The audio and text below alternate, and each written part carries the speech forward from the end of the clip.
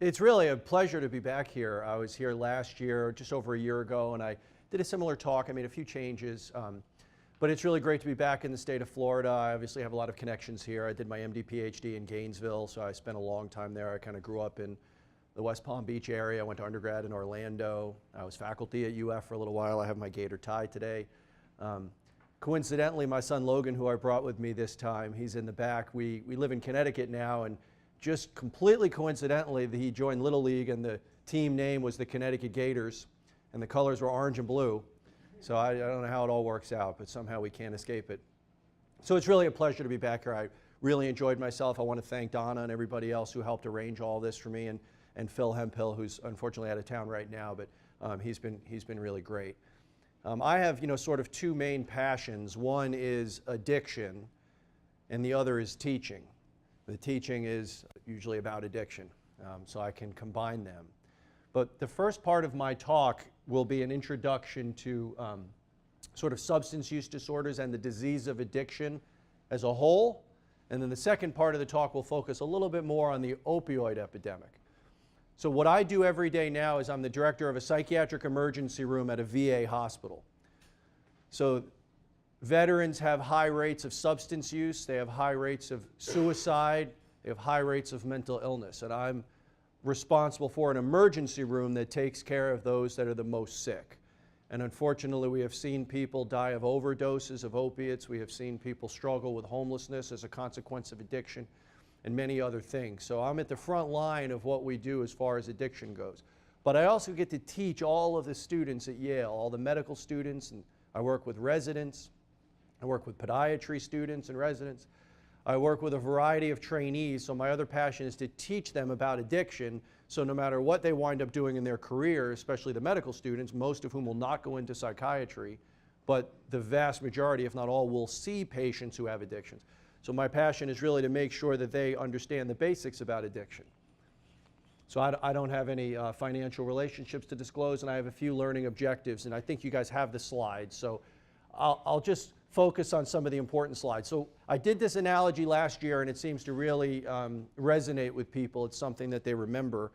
So hopefully those of you who were here last year may remember it. If not, hopefully you'll remember it this time. So if I ask you to hold your breath, or if you imagine holding your breath, it's not a big deal in the first 10, 20 seconds.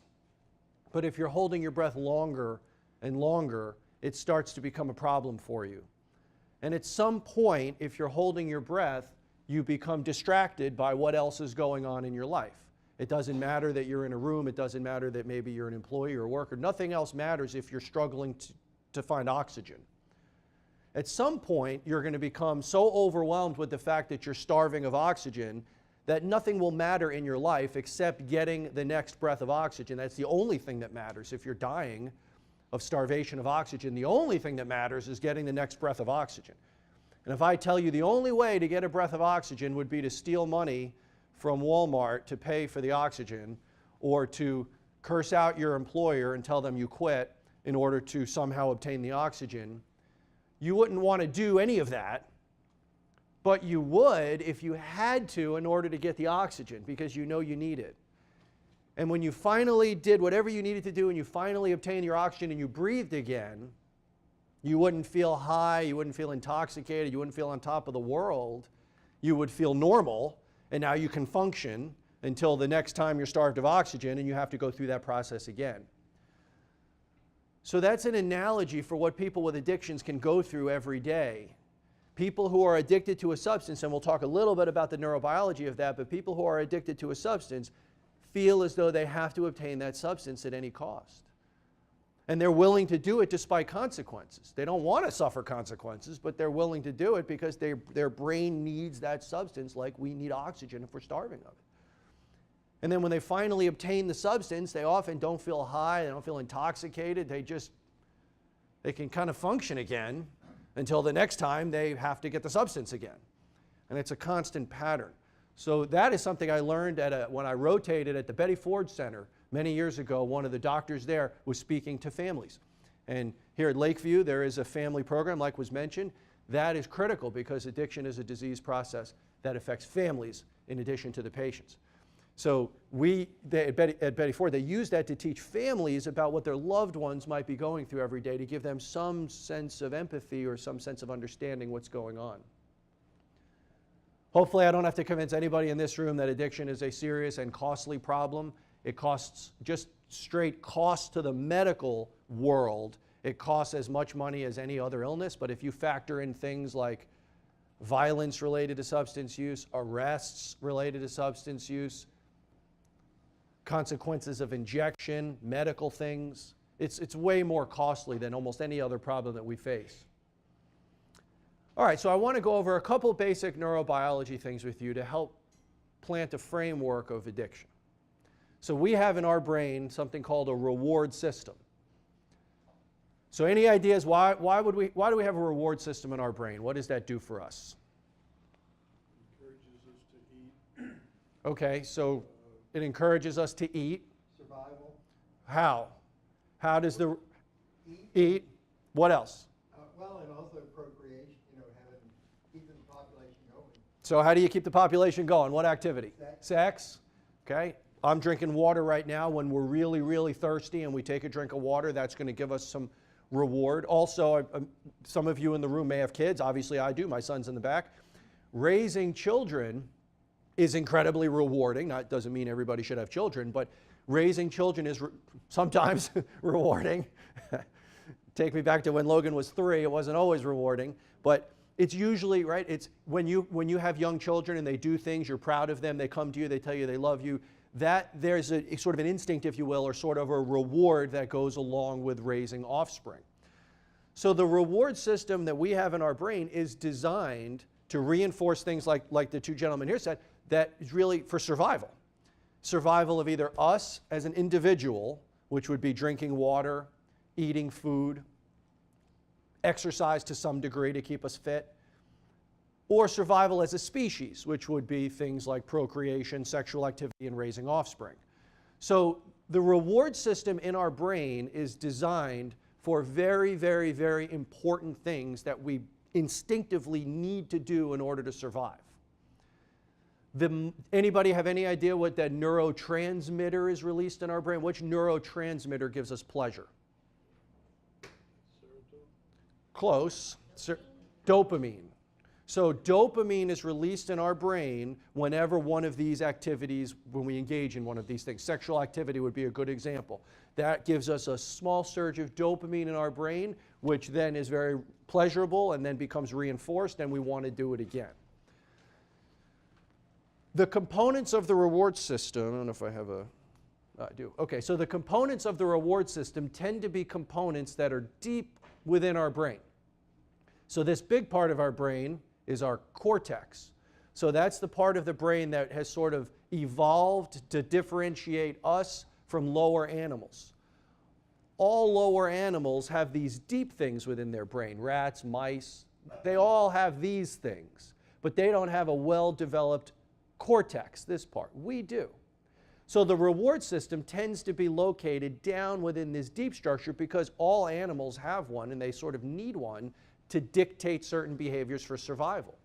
So these are things like the, not incredibly important, but just to give you some framework, the amygdala, the hippocampus, you may have heard of some of these things, nucleus accumbens, ventral tegmental area. These are things deep within our brain that tell us these are the activities we should be engaging in. Now, let me go back. So this part, the prefrontal cortex, this part of our brain really for us dictates daily behavior for us, not this part of our brain.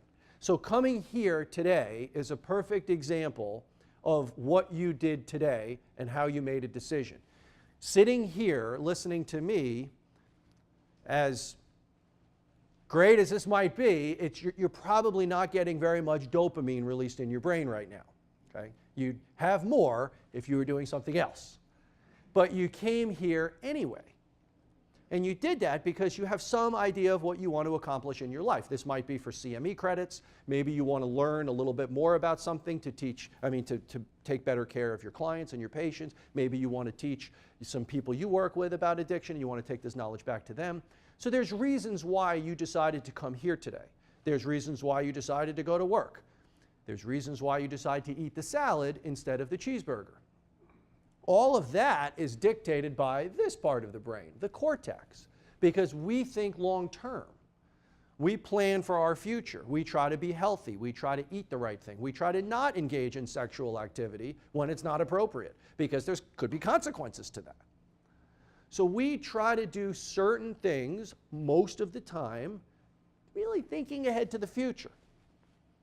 If we weren't, if we were just thinking about what we would do right now that would give us the most pleasure, it wouldn't be sitting here. So our primary life is spent under the control of the cortex. It helps us to make good, sound, long-term decisions. But we have this powerful system deep within our brain that still is there and still wants us to do certain things. So it wants us to eat unhealthy food because that's the most rewarding, because biologically it's the most calorie dense. So while there's fruit out there, and there's also croissants and things like that, we would never choose the fruit if it was only up to the reward system. But most of the time we make healthy decisions. So for us, most of the time, the cortex wins the battle. Okay? Does that make sense? Okay. But the reward system is still present. So I want you to understand that most of what we do every day is sort of not only not what the reward system wants, but it's often in direct contrast to the reward system. In fact, many of us will never have children. And if you're at an age, if you're young enough where you've never had children, but you've engaged in sexual activity, then every time you've ever engaged in sexual activity, you've actively tried to prevent children, which sort of, again, speaks against the reward system. The reward system is there to reinforce certain things. Okay? But think about a lower level organism. Think about a mouse or a squirrel, things you see out there. These animals really only engage in activities that are dictated by a reward system. They don't plan for things. I mean, maybe to some degree, but they're not going to medical school. They're not having jobs. They're not saving for their future. They're not waiting for the right time to have little baby mice. They're really just engaging in a life of, I need to reproduce, I need to find food, I need to try to not be eaten, and that's how I survive. They don't really know any better. So for lower level organisms, it's driven by a reward system. But for us, it's not. We've evolved to a point where we know that we need to eat to survive. We know that we need to have sex to have children. We know that. But often we don't want to do what we're supposed to do with the rewards. We want to do something that will help us have a career and help us make money and save money and things like that, okay? So there's two systems at work, the reward system and the cortex. Any questions about that? Does that make sense? So these are some basics, some things I just reviewed, okay? The purpose of the reward system is to survive and pass on your genetics to your offspring. That's the purpose of the reward system. It's a critically important system in our brain, okay? Now, if you introduce drugs of abuse, particularly stimulants, because stimulants are designed to replicate what gives us pleasure. Methamphetamine, for example, is a direct dopamine stimulator in our brain. We're very smart. We figured out dopamine gives us pleasure. Let's create a substance that gives us dopamine, and that's your stimulants. So if you introduce amphetamines or cocaine, this study was done in animals. If you introduce that, this would be your baseline level of dopamine in your brain, somewhere around 100. So maybe for you right now, it's about 100. Hopefully you're not incredibly excited or you're not incredibly sad. You're just sort of at a normal level of dopamine in your brain. That's about 100. If you introduce, so what's not on this slide is if you introduce sex, it goes up to about 200 in the mice in the study. If you introduce food, it goes up to about 150. But if you introduce amphetamines, it goes up to about 1,000. Cocaine, 350 or so. Nicotine, these are all substances that give our brains more pleasure or more dopamine than anything we can do naturally. How do you measure the pleasure that animals are having? Right, so in these studies, they're measuring dopamine as sort of a surrogate of pleasure in their brain because we sort of know that dopamine at least gives us some of that sensation. But there's obviously a lot involved in emotion and happiness and pleasure. But this is sort of a surrogate of that. And we also know that when dopamine is depleted, there can be long-term depression. So if you look at 1,000 the reward system in the brain feels 1,000 or 10 times the amount of pleasure or dopamine than it did when you had sex or ate food. So now the reward system interprets this as important because, again, the reward system is designed to reinforce behaviors that are important for survival. And now this is suddenly a new thing that is way more powerful than anything we've ever done before, including food and sex and any of that. So maybe this is critical for survival. Maybe we need more of this. But we have a cortex. And the cortex understands what's going on. The cortex knows that methamphetamine is not important for our survival. But the cortex knows that it felt really good. The cortex feels pleasure. Just like the cheeseburger sitting next to the salad. The cortex knows the cheeseburger is going to be a more, if you like it, is going to be a more enjoyable meal for you. But the cortex may tell you to choose the salad, and it may win the battle.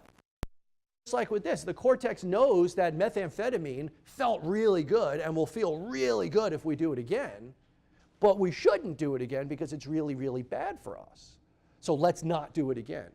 But that's when you have this reward system back there that says, the cheeseburger is not really that powerful. It's okay, I can do without that. But whatever this was, this is so powerful, I need to have more of this because this must be critical for survival because this was off the charts, anything I've ever experienced before.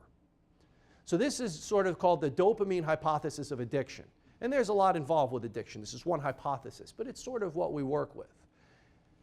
If your reward system or your brain experiences such a surge of pleasure, that reward system may start to take influence over the cortex because of how powerful that drive is to survive. And when we introduce drugs of abuse that are incredibly powerful like this, that reward system can take over the behavior of that person from the cortex because now that reward system is exerting a much more powerful influence than anything that our cortex. Survival's more important than work. Survival's more important than your children. Survival's more important than anything. When it comes down to the end of the day, survival's the only thing that we need to do, and survival is dictated by our reward system. And if this is now exerting influence over the reward system, this becomes a drive for survival. Yeah, there's a question. Doc, is the addicted patient lacking the dopamine from the get-go? Are they a lack of dopamine in their normalcy, so this phenomenon is more prevalent in them than others? Yeah, I don't think so. So there's several hypotheses. So in this dopamine hypothesis in the brain, from what we can tell, the dopamine levels would be fairly stable. But when these drugs of abuse are introduced, it brings the dopamine up so high that that pleasure now becomes sort of uncontrollable. But not everybody who uses meth gets addicted to meth. I mean, people can use drugs and not get addicted to them. People, especially alcohol, right, which is a weaker, less powerful on the brain. Most people who drink alcohol never get addicted to it. Meth, a higher percentage of people who use it will become addicted because of how powerful it is, but still not everybody. I mean, people can control their use. So we don't really understand why certain brains are susceptible, but there's other hypotheses like the self-medication hypotheses and others where people will seek out to use drugs that might alleviate a symptom or some other feeling that they have. So maybe if people have underlying depression or ADHD or something that a stimulant might really help their symptoms, at least temporarily, or if someone has severe anxiety disorder, maybe a little bit easier to understand. Someone has anxiety disorder, obviously if you drink a little alcohol, that's going to help you temporarily. So part of it may be that the person is trying to alleviate some feeling that they have with a substance, and then that substance gets out of control. And often there's a combination. Addiction is also very emotional. There's always memories involved and emotions involved, the limbic system. So there's a lot to it. But explaining it in a simple way like this makes it really easy for family members to understand, makes it really easy for people who work with patients with addictions to understand, and makes it easy for the patient to understand. I often teach patients in this way also. Okay, any other questions about this? Yeah. I want to piggyback his question. In the case of cravings, is cravings tied to dopamine, a lack of, too much of? So what happens over time is, particularly with the powerful drugs of abuse, is that we start to flood the brain with dopamine, and then the dopamine receptors become oversaturated. And then over time, we start to lose dopamine in the brain to the point that now we need the drug to sort of get us back to a baseline level of functioning, which would be kind of back to that 100% level. So over time, especially with these stimulants, we know that dopamine becomes depleted over time. And then if you withdraw the drug completely, now the patient becomes what we call anhedonic. They don't experience pleasure because now they're lacking dopamine because they needed that level to even get back to a normal level of pleasure. And you take it all away, now they drop way down and they have chronic anhedonia due to dopamine depletion, and now that becomes sort of a depression that can last for a while until those dopamine stores can now get back to a normal level without the drug. So there's a lot involved. And I don't want to simplify too much. Dopamine is one aspect of all of this. So there's a lot more involved. But it is important, particularly with these powerful drugs. All right, any other questions? So there's a balancing act in the brain. The reward system. This has got to be critical for survival. The cortex. Yeah, those drugs feel good, but we really shouldn't do it again. And again, if you take the example of food or sex, almost all the time for most people, the cortex wins that battle. I'm attracted to this person, I like this person, but I'm married or whatever it is, I shouldn't do that. And the cortex will win that battle. Or the cheeseburger looks good, the salad looks good, I'm going to stick with the salad. Right. But when drugs of abuse get introduced, they often win that battle. And at some point when addiction develops, a line gets crossed. And you don't always know when that line gets crossed. When does that disease develop? Alcohol is a good example of that. People drink alcohol for a long time and never really have problems. And then all of a sudden, one day, their life starts to fall apart, maybe when they're in their 50s. And why? Well, what happened? You drank for 30 years. You know, we were always a little worried about it, but you never had any problems. Why all of a sudden at 50 did something seem to happen and now you have your third DUI and you've lost your job and this and that? It's hard to tell. Is the person in their 40s who drinks every night but no problems, is that an addiction yet? I mean, maybe, but no problems have occurred. Is it clearly in their 50s? Now there is, but when did that happen? When did that transition occur? Sometimes it's hard to know. With something like heroin, patients have said to me, oh, I mean, the first time I injected heroin or the first time I snorted pills, that was it. I mean, I knew my life was going to be that. I just knew. So it's not usually like that with certain drugs like alcohol, and it is for others. And sometimes, again, people can use heroin and never get truly addicted to it, but most do. Depends on the power. So when the addiction develops, we say the cortex becomes hijacked by the reward system. You may have heard this terminology before. The cortex becomes hijacked by the reward system. The reward system now exerts its influence to dictate what's going to happen every day. The reward system says, yeah, even though you like your job and even though you like your family and even though you like your life, we're going to have you use this meth or this alcohol or this heroin instead because that's what we need in order to survive. The reward system starts to exert its influence. So when someone develops an addiction and their brain is addicted to a substance, the most important thing to that brain is the next use of that substance. Just like if you were starving of oxygen, the most important thing for you at that moment would be the next breath of oxygen. You wouldn't want to do anything bad to obtain it, but you would if you had to because you need the oxygen. If you can remember that parallel, the most important thing to the person who's addicted is the next use of that substance despite any consequence that might happen around them. If you remember that, then it helps a little bit to explain why people with addictions sometimes behave in ways that can be frustrating. So I'm going to talk about 3 key concepts. Okay, as I mentioned, the self-medication hypothesis, I do throw this in because, again, there's a lot involved with addiction.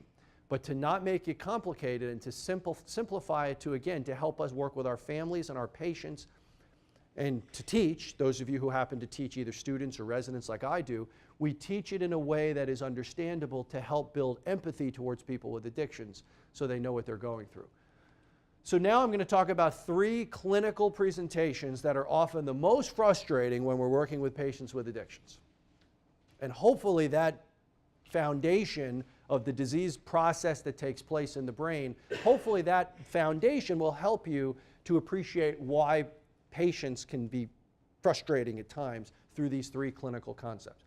So I'll talk about, these are patients that I've seen throughout the years. So we'll have a 56-year-old presenting to clinic, and he's just presenting for a physical, no chief complaint.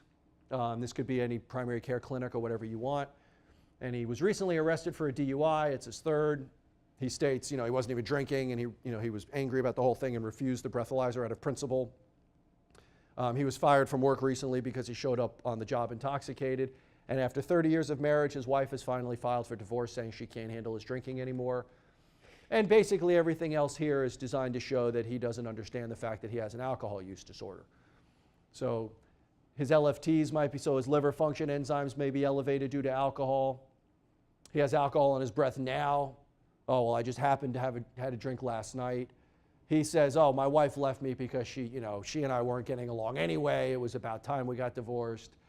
And, asking about the liver, he says, well, my dad had liver problems. That's genetic. When asked about the DUI, that officer was a jerk. So there's always some reason why all of those things happened to him, none of which have anything to do with the actual alcohol itself. So this was one of the first patients I saw as a medical student at Florida with Scott Teitelbaum, who is still the director of the Florida Society of Addiction Medicine in the Florida Recovery Center. But he confronted this patient. It was a similar patient to this, and he confronted the patient pretty firmly. He has a way about him. But I thought it was fascinating. And it just got me very interested in addiction, that this was a 50-something-year-old guy and that he saw that was reasonably intelligent and fairly normal. But yet, when you talk about the alcohol, it was completely and totally irrational. It made no sense. Like, how could you possibly think that your 3 DUIs, your wife leaving, your boss firing you, your liver problems, how could you possibly think that none of this has anything to do with alcohol? It just doesn't make any sense. But the patient, absolutely not. It has nothing to do with alcohol. So it just really got me interested in all this. So what's that called? Denial, right? So denial is a defense mechanism. So denial is a primitive defense mechanism. If you received a phone call now that a loved one passed away, you might immediately deny that and say, no, it's subconscious, that's not true. I'll see her later, I'll see him later. Before you kind of realize that the reality is going to set in, like, whoa, what just happened? That's a very primitive defense. Defense mechanisms defend against bad feelings. In this case, it's also a defense mechanism. It defends the addiction. The addiction wants to continue. The reward system wants that person to continue to use substances because the reward system is designed for survival. So we say that the disease of addiction is cunning and baffling. Sort of an AA type expression, but it's very true. It's cunning and baffling. The disease of addiction will make people do and say things that make no sense, even to themselves. Cunning and baffling. The reward system is cunning and baffling to fool the cortex into continuing a process that the cortex does not want it to do. The cortex does not want to continue to drink alcohol when it's ruining the person's life. The person understands that. Yeah. What does LFT stand for? Liver function tests.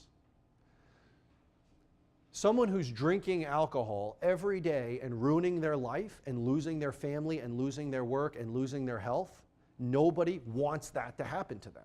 And if at any point in that process they could just stop, they would, because nobody wants their life to slowly become ruined. So the disease process has to figure out ways to fool that person into continuing the process, or else the cortex will exert its power and say, I'm ruining my life, I don't want to do this. So the way it does it is through various mechanisms. One is denial. If the disease process, if that reward system can convince that cortex this has nothing to do with alcohol, then maybe the cortex will continue to drink alcohol without a problem because, hey, this has nothing to do with alcohol. So it's cunning and baffling. Now, the person who I explained here, who has all these medical problems and all these consequences and everything related to alcohol, when you ask him, does this have anything to do with alcohol? And he says, no, he's not lying. He truly believes that this doesn't have anything to do with alcohol, at least in the beginning of the process. Denial is an early indicator, an early sort of symptom of addiction. My patients in the psyche are, usually they're past denial because they've nearly died of an overdose or they're homeless, they've been drinking for 30 years, they've been in the hospital in delirium tremens and almost died of the consequences of alcohol withdrawal. They have major, major, major problems. And at some point, the cortex understands that this is due to alcohol. Doesn't mean the cortex can stop, which we'll talk about that in a little while, but it at some point acknowledges the problem. So early on in the process, denial is very prevalent. And again, it's not the person lying. It's not them manipulating you. It's they truly believe it's okay. That's how it's cunning and baffling. It doesn't make sense. How can they feel that way? But you can imagine how frustrating it is, right? So how frustrating would it be if we were oncologists And every patient that came in who had any type of cancer, we had to convince them they had cancer before they would even consider accepting any kind of treatment that we might have to offer for them. And we'd have to like argue with them in clinic. Oh, I don't know what you're talking about. I don't have cancer. But here's your CT scan. Yeah, but that dot was there for years. Yeah, but we have the path results. Yeah, but that pathologist, he doesn't know what he's doing. Yeah, but you've lost 30 pounds. Yeah, but I'm trying to lose weight. Yeah, but you wake up every night with night sweats. Well, you know, it's hot in the summertime.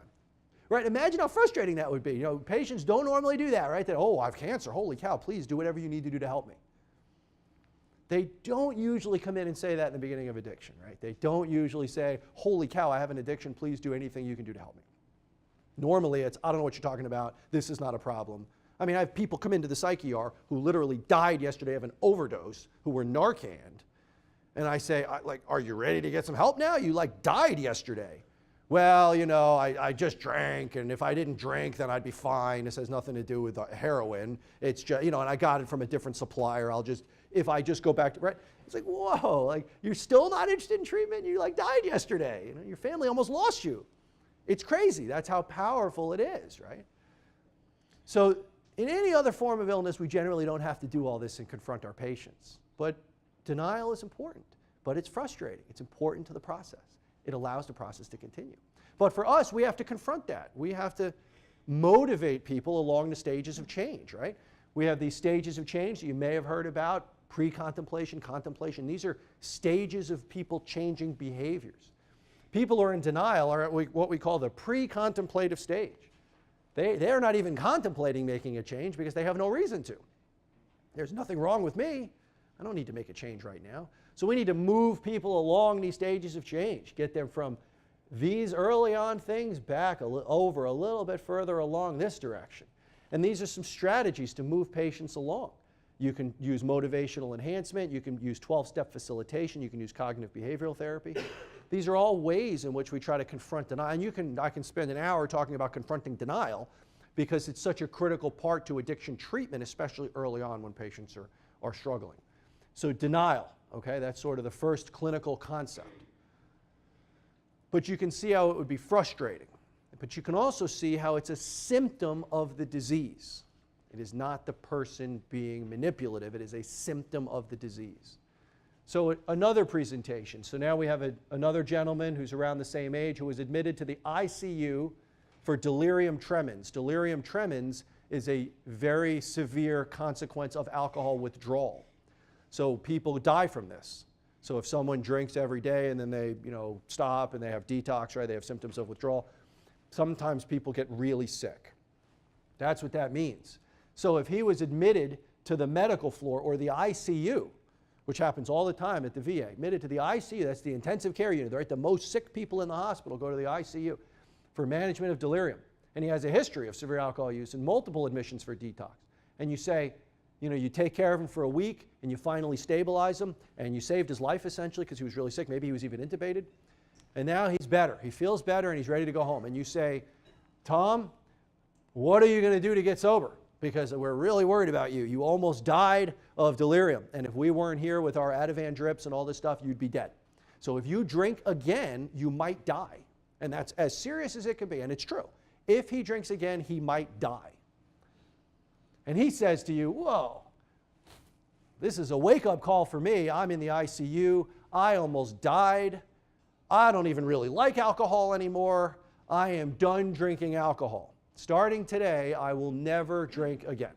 And I'm a military man, I'm a veteran, and you have my word on that. And whenever I shake hands with someone and make a promise, I never back down. So how do you think most doctors would respond to that? How does that sound? Sounds awesome. Congratulations, Tom. I'm glad you decided to stop drinking, finally. Yeah. I had a patient recently referred to us who had symptoms a mile long, including legal problems. And everyone was on board, of course, except the patient. He went to see his psychiatrist, and he told the psychiatrist he didn't want to come to treatment. So the psychiatrist wrote out a little contract that said, I will not drink again or use whatever. And the guy signed it. And the mother was just like her jaw dropped to the floor. Right. So yeah. Right. So most doctors who don't understand addiction at all will say, I am so glad that you decided to stop drinking. It's great that you now if Tom is in the ICU and he has a long history of, to get there, you have a long history of alcohol use, probably at least once before the idea crossed his mind that, hey, maybe I shouldn't drink so much. But the reason he's here is because he's not been able to control that. That's the whole point of the disease of addiction, is you can't just stop if you wanted to, because everybody wants to. Nobody wants to ruin their life. So now imagine you're the doctor or the team member taking care of this patient, and you witnessed this promise, or he made that promise to you, and he shook your hand, and he looked you in the eye, and you believed him. And then he comes back, a week later, intoxicated, admitted back to the ICU for delirium. A week later. Now, how do you feel as that person who took care of this patient? He's a liar. He's a liar. I mean, I've heard, the medical services have such negative feelings towards some of these patients who are just they just come in all the time.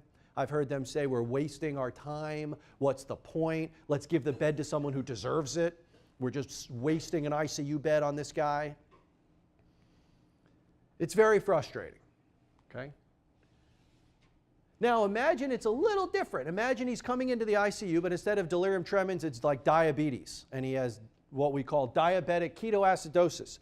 That's it's an analogy, sort of. You have diabetes, which is a problem, and then you have an acute problem, which is diabetic ketoacidosis.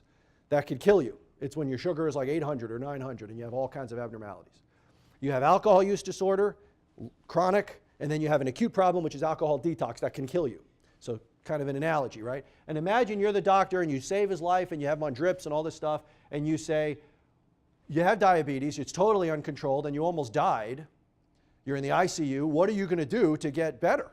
And he looks you in the eye and he says, I don't like diabetes. I don't want to have diabetes anymore. And I promise you, and I'm a military guy, and when I shake on it, I never back down. I promise you that starting today, I am done having diabetes. I will never have diabetes again. I'm done with diabetes. Right? I don't think anyone would really ever say that, and no doctor would ever shake your hand and say, oh, great. Patient agreed to stop having diabetes. Or a doctor would never make a contract and say, patient agreed to stop having diabetes, and as long as he signs it, it's good to go. Right? It's ridiculous. Someone who's an alcoholic who drinks every single day with an alcohol use disorder, the whole point is they can't just not drink. And if you just make them sign a contract and they would all just go away, that would be wonderful, right? We would have everybody sign a contract and we wouldn't need treatment, right? It doesn't work like that. So it sounds absurd, but it's the same type of thing. It just doesn't make sense. But it's also true of family, right? As family, we're tempted to say, Dad, you drink too much, and I'm really worried about you. You need to promise me you're not going to drink anymore. And then you get mad when they drink again. It's like, well, that's not really treatment. So if it's your father, right, and your father's struggling with alcohol, and you, like in my case, if it was my father and I have children, I would say, Dad, like if you want to see the grandkids and me, and you want us to be a part of your life, you need to stop drinking. And he says, oh, I love you more than alcohol. I love the kids more than alcohol. So I will stop drinking because I don't want to lose you. Now, that's true. His cortex loves me, hopefully, more than alcohol. But the cunning and baffling nature of addiction is it doesn't really matter what's going on. Alcohol's the most important thing because we need it for survival. But the whole time he's hiding in the closet with the alcohol, the cortex knows this is a bad situation because if I get caught, my son might live to his word and he might not let me see him or the kids anymore, but I'm drinking anyway because it's far more important. But the cortex knows this is a bad situation. So you can't, even with loved ones, you can't just promise away addiction. It would be like, Dad, I love you, and we don't like the fact that you have cancer, and it upsets us, so you have to promise us starting today you're not going to have cancer anymore if you want to see the kids. It just doesn't really work like that. Now you can say, Dad, you need to promise me you're going to go to treatment, or you won't see the kids. That's something that's at least achievable. He could go to treatment, but making him just stop drinking on his own typically doesn't work. But the promises, so we call this promises, right? We have denial and promises. The promises serve a really valuable purpose to the brain of someone who's addicted. It keeps the process going. It convinces the doctors he's okay, convinces the family he's okay, convinces everybody's okay, so they can continue the process, because that's what the disease of addiction wants. Continue the process in any way necessary. Cunning and baffling. So promises. That's why there's a family program here, right? Because broken promises destroy families. And that's why we try to educate them about the nature of addiction so their expectations are reset to what's reasonable. Okay, let's talk about one more. So we got denial and promises. We'll talk about the third clinical concept, and then we'll take a break. So we got John, who presents to the emergency room following a relapse. He was doing really well. He was sober for a few weeks, but then he found out that his cousin was in a car accident and broke his leg. He was very upset by the news of his cousin being injured, and he relapsed. I mean, it sounds reasonable, I guess. And then you call his wife, and he reports that John has not spoken to his cousin in a long time, and they really don't even really talk at all. Okay, so this is one example of excuses, right? So why someone might relapse is an excuse, okay? Or we can call them triggers. But in the brain of someone who's addicted to drugs or alcohol, the most important thing is continuing the process. So that cunning and baffling reward system will look for any reason to continue that process. One reason might be the cousin was in a car accident. Even though you don't talk to your cousin, doesn't matter. This is incredibly stressful and upsetting. Let's drink. Sometimes it's beautiful weather. And we all went to the park, and it was the first, in Connecticut where I live, it was the first 55-degree day in a few months, and it was sunny, and it was wonderful out, so I drank. Or it could be, it snowed for the third consecutive week, and I don't like the snow, so I drank. It doesn't matter, good or bad, right? The Giants won the Super Bowl, so I drank. Well, do you like the Giants? I hate the Giants, that's why I drank. I was so angry. I love the Giants, we were celebrating. It doesn't matter. The brain of someone addicted to drugs or alcohol always is looking for a reason to drink. A patient said to me, every morning I have toast and eggs, and I have to have toast with my eggs. Burnt my toast, last 2 pieces of bread, eggs, no toast. Really frustrated, I drank alcohol. And he said to me, at that moment I realized my messed up brain will always find a reason for me to drink alcohol. It doesn't matter how great my life is, how terrible my life is, what the weather's like, what my breakfast, doesn't matter. At any moment of any day, my brain will tell me I have to drink alcohol. Okay, so someone who is addicted to drugs or alcohol, they don't drink alcohol because their cousin was in an accident or because it's nice out or whatever. They drink because they're addicted to a substance, and their brain is looking for reasons to make that continue. Now, sometimes you got to be, sometimes someone is sober 5 years, doing well, wife tragically dies, some horrible thing, and then they relapse because that's, So obviously, sometimes these things are perfectly reasonable. But most of the time, it's not that reasonable why people might turn back to alcohol, and you have to talk to them about it. And it might be my dog died, which is, I have a dog who's getting old. He might die soon, and I'll be upset.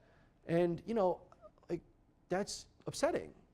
But patting someone on the back and saying, I'm really sorry about your dog, I know now why you drank, that's just going to reinforce that anytime anything stressful happens, they can turn to alcohol and it'll be okay, so says all the doctors.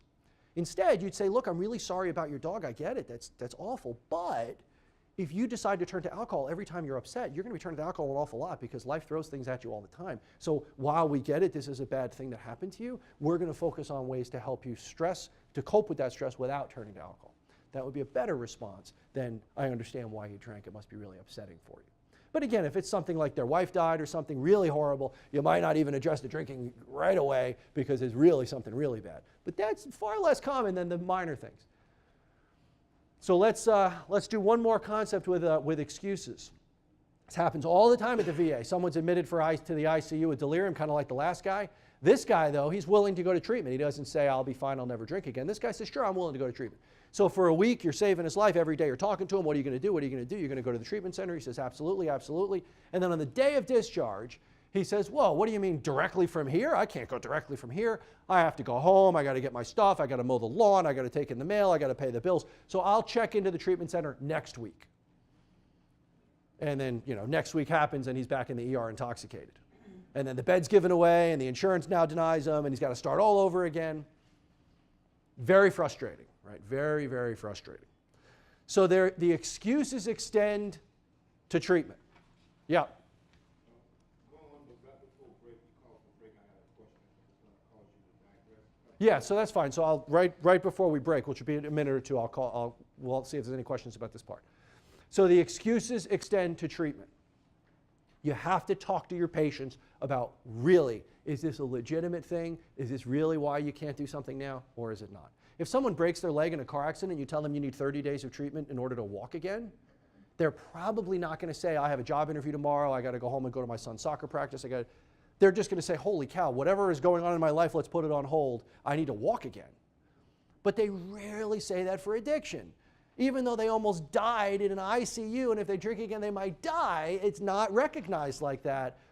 And treatment thing, that can wait. I have other things I have to do that are far more important. So you have to tease out what is maybe a realistic thing, like they have to work, they don't have any money, they're the single breadwinner of a family, 30 days off may be really tough. Okay, you work with them on that, versus something totally absurd that you have to really confront that and say, this is you're in an ICU, you almost died, and you're telling me you have a job interview next week? Like, your job interview is not going to happen if you're dead. So let's like get realistic here and let's get you into some treatment. Okay, so I want you to understand that. So now that extends to AA. I'm a big proponent of AA. I think AA is very important. It helps a lot of people, and it's free and it's available. And the same thing. And I teach all the residents and students how to have a basic conversation with their patients about AA. Alcoholics Anonymous makes me want to drink. I don't even like it, right? Well, how many meetings have you gone to? One. Have you ever had a sponsor? No. Have you ever worked the steps? No. So you went to one meeting one time 10 years ago and that's it? Well, okay, fine, I never really did it. So you have to be able to confront these excuses. Is this the disease of addiction talking, telling them not to do any kind of treatment, including AA? Or is it maybe they did AA and maybe they benefited or not and they don't want to do it anymore? And that's fine. It's not for everybody. That's fine. But you have to be able to talk to them about it in order to make that determination. Is it the disease talking, or is this truly something that they really should try something else instead?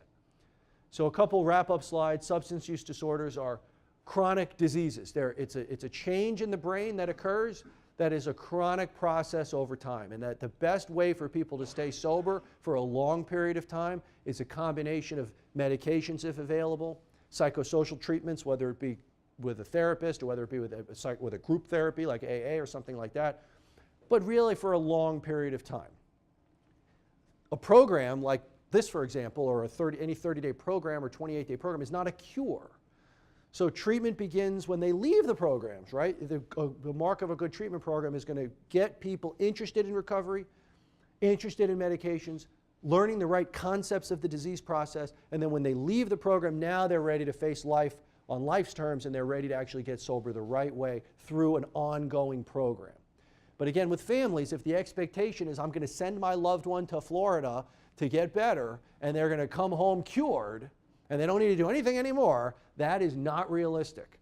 And families are going to be incredibly disappointed that they spent money and that they had high expectations, and then 3 days later they relapsed. They have to understand that the program is the start and the treatment begins after that. And now we got to face life, and we need to set up a comprehensive plan after they leave. So relapses occur. So relapses is a part of the illness. And we try to look at relapses and say, when did it start, right? In AA, there's expressions. One of them is the relapse occurs before the drink, or stinking thinking is another expression. So when is it that you started to be different? It's probably long before you drank. At some point you made a decision, I'm not going to go to meetings. At some point you made a decision, maybe I'll stop my meds. At some point you made a decision, well, I'll just have a sip of beer, I'll be okay. There's a process that takes place for many relapses. And you try to intervene before the alcohol occurs during that process. But it happens. The person is not a bad person. Everything is not failing. The world isn't falling from the sky.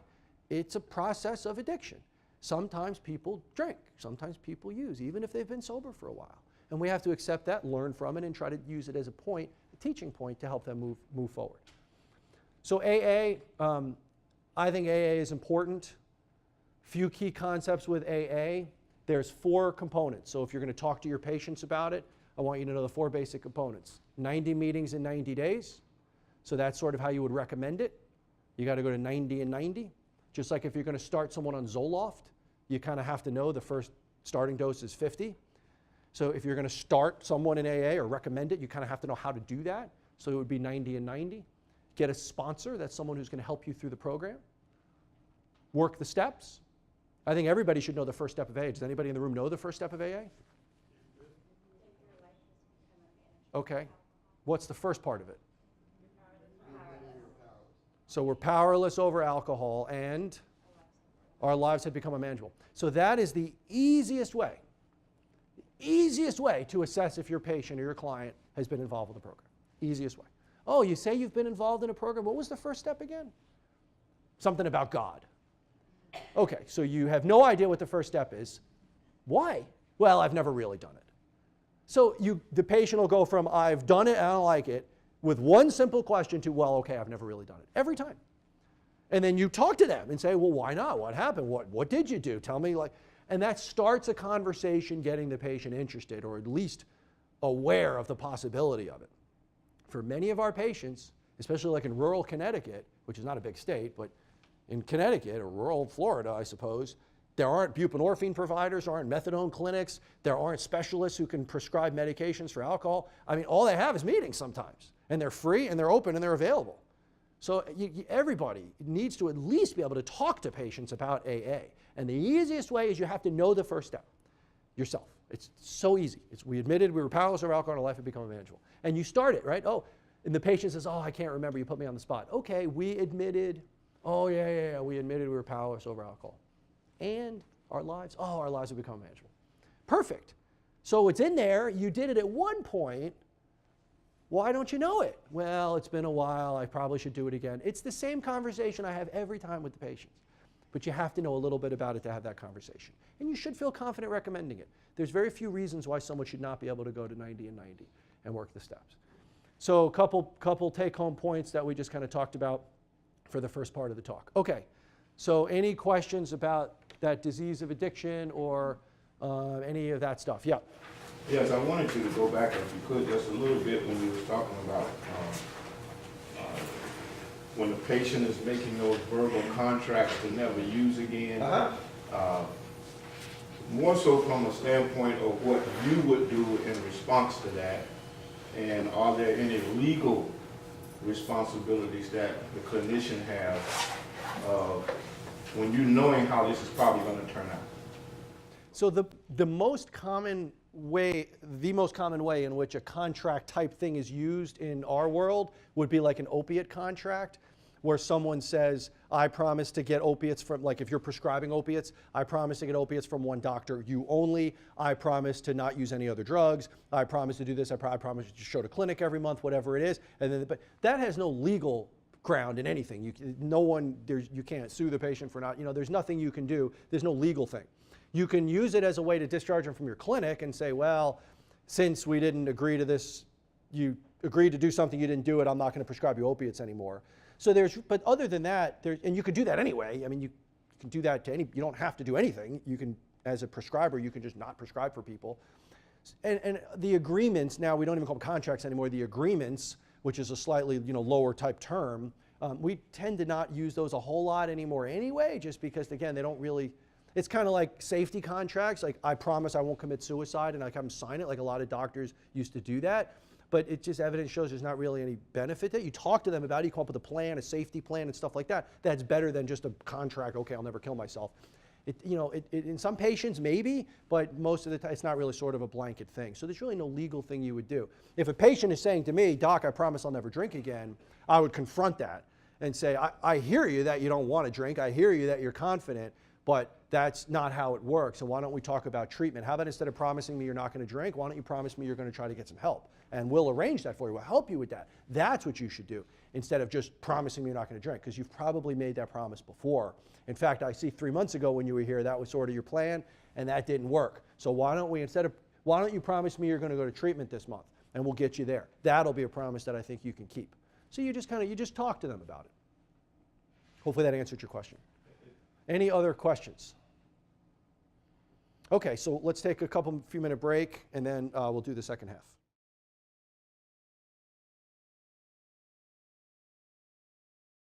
All right, so the first half is sort of designed to lay a little bit of a foundation about addiction and help everybody to understand a little bit about sort of what goes on when someone gets addicted to drugs or alcohol. The second half is going to focus more on opioids, because that's sort of now all over the news, and it's sort of, it's what everybody's talking about, including the president and everybody else. So it's a really significant problem.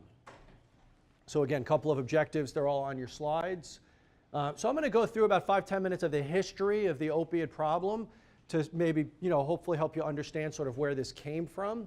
But a long time ago, back in the early 1900s, there were sort of the mentality was if you're a certain age and you don't have any pain, you're not alive anymore, or there's something wrong with you. If you're, it's okay to have pain, right? Because you're getting older and you have pain. That's what happens, right?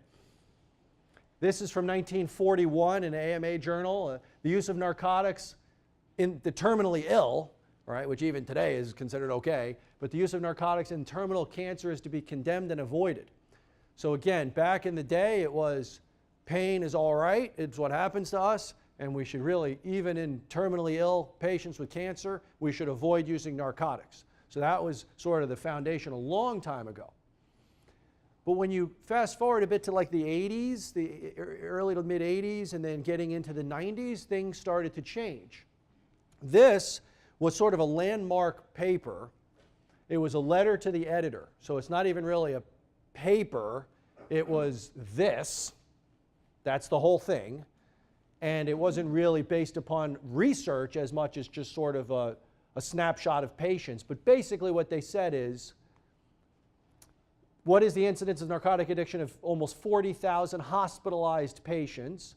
Almost 12,000 received one narcotic. So in other words, they come out of surgery or something happens, they receive a single dose of morphine. That's who's included in this study. I'm not sure what they looked at, but at the end of the day, they concluded that for patients, the drugs implicated, so the addiction was considered major in only one instance. So one instance out of the 12,000 people. So they basically say that addiction is rare, almost impossible, is essentially what and this was one letter to the editor by these authors from, I think it was 1970 something, the date was somewhere on here, but anyway, it's from the 70s or early, here, no, that's the reference. So it's at least past 78, but it was from the early 80s or late 70s, and that's basically became a landmark because a lot of drug companies and other people who kind of fought against addiction would reference this paper. So then other things started to come out. This is from 1986. Chronic use of opiate analgesics in non-malignant pain, okay? So what they said is, Russell Portnoy, by the way, sort of became a champion for the pain era. He still practices, and I'll show you a slide of him in a few minutes, but he became sort of a champion of pain, which it was his passion.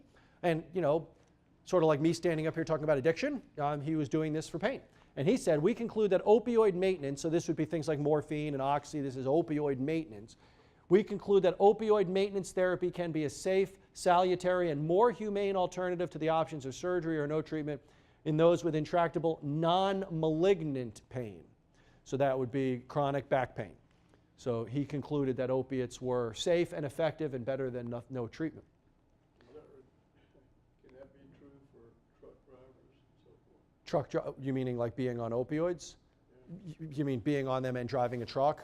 Yeah, I mean, so I don't know, so like in other words, like as a physician I have a license and I'm allowed to take medications, but certain things need to be told to the board or your licensing agency. But in general, as long as you're under the care of a doctor and prescribed a medication in general, it's okay to do certain things like drive a truck and stuff. I mean, you can't take everybody's driver's license away, if they have an injury or need an opiate or something. But obviously it's higher risk. So he said this. Now, in 1990, the tragedy of needless pain, this was in Scientific American, sort of a popular lay public type press. Contrary to popular belief, the author says morphine taken solely to control pain is not addictive. So now they're saying morphine is just straight up not addictive. Yet patients continue to be undertreated and suffer unnecessary agony. So really painting the picture that it's non-addictive and why are we not giving it to more people? Then you have Time magazine showing sort of aching back, why pain hurts. This was from 1980, I think, and 84. These are, again, pain is unacceptable and why do we all have it? This is from a nursing manual in 1989. Pain is whatever the patient says it is and it exists wherever the patient says it exists. Okay, so if your patient says they have pain, it's not your job to figure out where, why, how. They have pain, it needs to be treated. And that sort of led to pain becoming the fifth vital sign, right? Yeah. So I am a nurse. Yep. I've been in healthcare for about 20 years. Yep. And when I went through nursing school, I remember hearing that, or we were taught that as long as open, there was no way they could get addicted because the pain medicine would go to those receptors. Right. And now it's huge, and we all say, those of us that have been nurses for that long, we feel kind of responsible a little bit. Yeah. Yeah. Right. So thank you. So this is this happened, right? This is all stuff that happened years ago. But at the time, this was the standard. I mean, this is how people practiced and what was believed to be true. And it's kind of like me now. I mean, if you tell me 25 years from now that buprenorphine is going to be killing people, then I may look back and say, wow, like maybe I was responsible for that because I talk a lot about buprenorphine because of how, as of now, we say how helpful it is and how life-saving it is. So again, this is the historical context of it, and good or bad, you know, most people have good intentions. This is just sort of where it came from. But pain became the fifth vital sign. You ask every patient if they have pain. You even have the scales for people who don't really, speak English or don't understand, that type of thing. And you just say point to where you are. And again, if the pain is 9 out of 10, and you're a doctor and you see that in the nurse, did that assessment and you see a 9 out of 10 and you don't do anything about it, there's something wrong with you as a doctor because you're leaving your patient suffering in agony. So asking every single patient is every time you do vitals, and getting these numbers now means I have to do something, and now it's tragedy to not treat it, and it's not addictive and all that. So now I'm just giving pain meds to everybody because I don't want to be in a situation where someone's going to ask, what am I doing? Because all my patients are suffering with pain. Then you have Purdue Pharma and OxyContin and all these other things, right? So then this becomes a little bit more shady compared to what, kind of what we were doing, which is just believing we were doing the right thing. This is a little different. Now, Purdue created Oxy, and they had very clever marketing strategies. So they gave all the swag and stuff.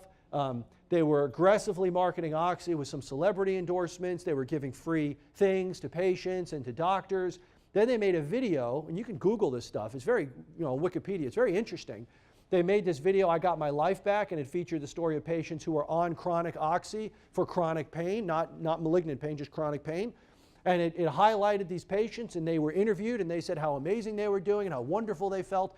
And finally I can work, I can take care of my grandkids, these people who seemingly are doing better on these medications. And they sent these videos to all these doctors. And then they looked back, and 15 years after the documentary, 2 of the patients were deceased with overdose. One developed an opiate use disorder, but was then sober. And the other 3 were still on the medicine, and they were, or at least I think 2 were on the medicine, 1 wasn't, but 3 were alive and well. 2 had died of an overdose and 1 had it. So 50% got an opiate use disorder, 50% were okay. This was a very aggressive marketing strategy aimed towards doctors to then feel comfortable prescribing this medication in large amounts. And Purdue became incredibly wealthy. OxyContin became huge in this country, huge. So Purdue, this was in 2015. Purdue Pharma became worth a conservative $14 billion. Their family, who owned it, was worth a conservative $14 billion, which ranked them as number 16 on America's basically list of wealth, and it's all because of OxyContin.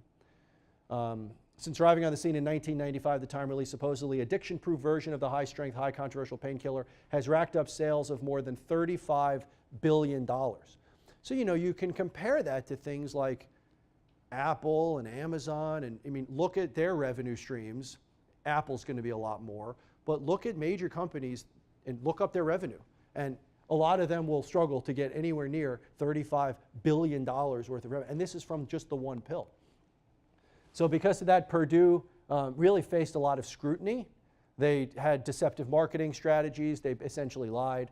Eventually, they settled for $600 million, which was one of the largest, I think it was the largest settlement ever, kind of penalty enforced of any drug company ever. But you're talking about $600 million compared to $35 billion in revenue. They were okay with that. They were okay with that. So they made a lot, and then they settled another like $19.5 million. That would be like you get a ticket on your way here and you pay out $5, you'd be like, whatever. That's what $19 million is to a company that made $35 billion in revenue. It's like, that was worth it. But they were shady, and they acknowledged that they were shady, and they paid a fine for it. And then here's Portnoy. As far as I know, he's still practicing. This was a few years ago. But he said, did I teach about pain management, kind of like what you were saying, specifically about opioid therapy in a way that reflects misinformation? Well, against the standards of 2012, so this was a few years ago, I guess I did. We didn't know then what we know now. I gave innumerable lectures in the 80s and 90s about addiction that were not true. So, you know, obviously I'm sure he feels somewhat bad about it, but he was a pioneer, a champion of pain, and that's what he believed in, and he thought he was doing the right thing. And you can't fault him for that. Just like I say things and I believe I'm doing the right thing, and if it turns out 25 years later I was way off, but what we know today, this is kind of what we know. So it's tough to, I'm sure he deals with it too. I also circled 16,000 because in 2012, 16,000 people died of an overdose. Now it's like 75,000 or 65,000, depending on where you look. It was like last year, so the new stats were just out for 2017, but for 2016, it was like 35 or 40,000, so it had more than doubled. So it's going up like exponentially, but back then it was huge.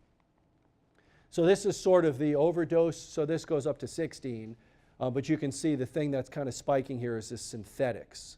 So it's primarily your fentanyl and your carfentanil and things like that, which are exploding on the scene. But if you look at others, these are this one here is your natural opioids. Heroin is obviously continuing to go up, and then you have other drugs like cocaine and meth, which are also going up a bit. Methadone's actually going down, probably due to more buprenorphine use and slightly less methadone use, and it's just there's other drugs available. People would rather use other drugs than methadone if they can. Okay, so that's sort of a little bit of the historical context of how we got to where we are. Now let's talk about a scenario. A patient presents to the emergency room with an ankle injury, and he has a fracture. This actually happened to me. I was playing racquetball in medical school, and I fractured my ankle playing racquetball, of all things. And I went to the doctor, and he said, you don't need surgery, but you do have a fracture, so we'll put a cast on your leg, and we'll see you back in clinic in a few weeks, and we'll take the cast off, and you should be good to go. And by the way, here's a 2-week supply of Oxy. Take it as needed for pain. So here's 30 pills because you have 2 weeks worth of pain until I see you again. And I'll take the cast off hopefully in 2 weeks. So does that sound appropriate to everybody? So someone comes in, they have an injury, they break their ankle. The doctor places a cast and says, here's some pain medication because you hurt yourself. And I'll see you in 2 weeks. And here's a 2-week supply. So what are your thoughts about that scenario, which happens all the time? I think it would be more conservative to recommend 800 milligram ibuprofen. And if that didn't work, then think about bumping it up. Okay, so the suggestion here might be start with something slightly less strong, like maybe ibuprofen. And if that doesn't work, then maybe go higher. Yep. Or that take as needed versus every 8 hours. So you might want to schedule it instead of taking it as needed? Okay. For a simple question that doesn't seem to be present there, do you have any addiction? Yes. Applications? Good. So that's what we were going for a little bit. So obviously you'd want to know a little bit more information, and maybe some of these things that you guys mentioned might be perfect, but we want to know more information. So you had mentioned what? A history of? Alcohol use.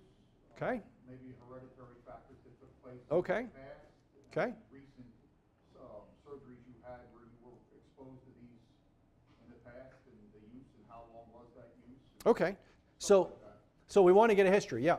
The other piece is understanding what their pain threshold is. Absolutely. Okay. Because their pain threshold is really high. It may be very different than something else. And also past surgeries and what's happened with medications and those Yep. as well. Yep. Yeah.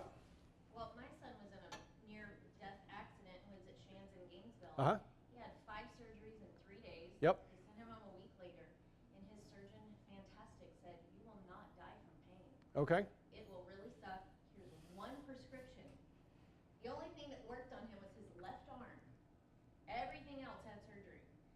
And he did not die from pain. And it really sucked for a while, but he is not addicted. So it gave me as a mom, this was just 3 years ago. So Mhm. it's not like a really long time ago. So sort of the opposite of what this It was doctor very did. much the opposite, and I was a little, but and he talked about a lot of other pain management Yep. that are non-addictive. Okay. So it really helped me swing way So to an the other side. incredibly conservative doctor. Yep.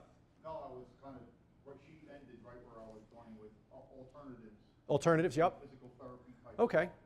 So first of all, what is the indication for opioids? Why would a doctor prescribe opioids? For what condition? Pain. What type of pain? Acute. So the difference would be acute pain is like a shorter time period, chronic pain would be a longer time period. Okay, so they are prescribed for both, but truly the indication is not chronic. It does not work for chronic pain. There are studies that show it's actually bad for chronic pain. But acute pain, it is indicated for. If someone has a near-death accident with multiple injuries and you give them morphine, they will feel better. Like that's indicated. Like it's almost evil to not do that, okay, especially in the hospital. Okay? If my bone is sticking out of my leg, I hope that a doctor will give me morphine. No matter what my background might be, I still hope I get something in the hospital because I'm really in agony. Okay? So acute pain. Now in this example, the patient might have acute pain, but we have to assess the pain. I think someone over here said that, right? We have to assess how much pain are they in. But this would be acute pain. They had an acute injury, they hurt themselves, and they might be in pain we have to assess. But they also might have risk factors that might put them at risk for developing problems with this medicine. So we have to assess the risk factors and assess the level of pain to make a determination what our risk is. Am I going to give them ibuprofen?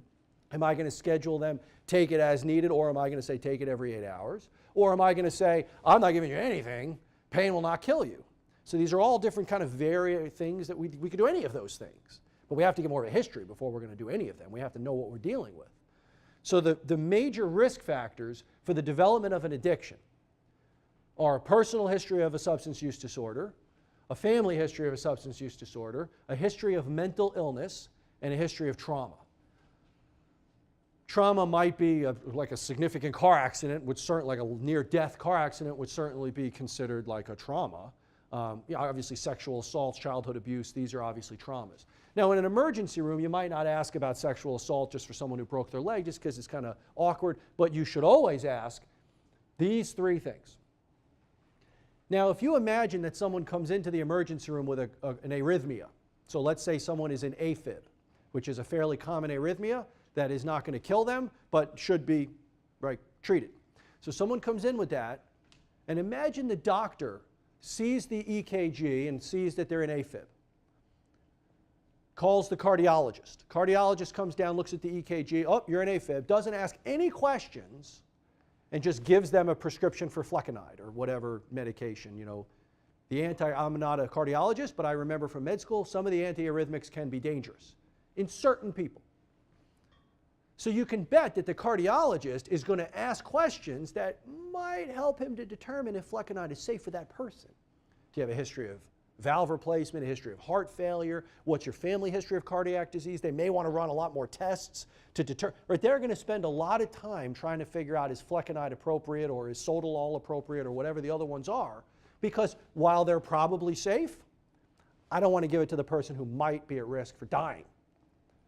But yet with opiates, someone comes in, breaks an ankle, we ask no questions about level of pain. We don't know that they drink every night. We don't know anything about them. And the opposite of what you described, many doctors will just simply say, well, you're obviously in pain, here's a 2-week supply of opiates, we'll see you in 2 weeks. No harm, no foul, it's only 2 weeks, whatever.